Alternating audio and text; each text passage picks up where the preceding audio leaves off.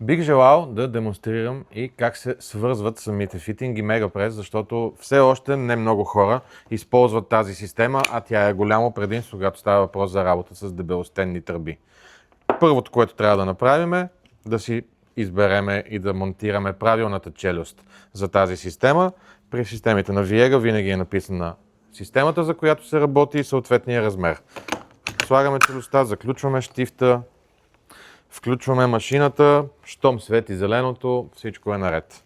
Следващото нещо, което трябва да направим, след като сме изрязали тръбата, вкарваме тръбата в фитинга, просто отваряме челюстта, разполагаме по този начин в фитинга и пресоваме.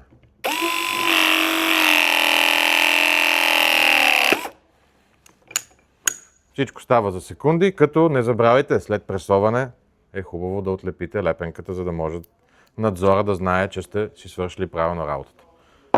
Благодаря.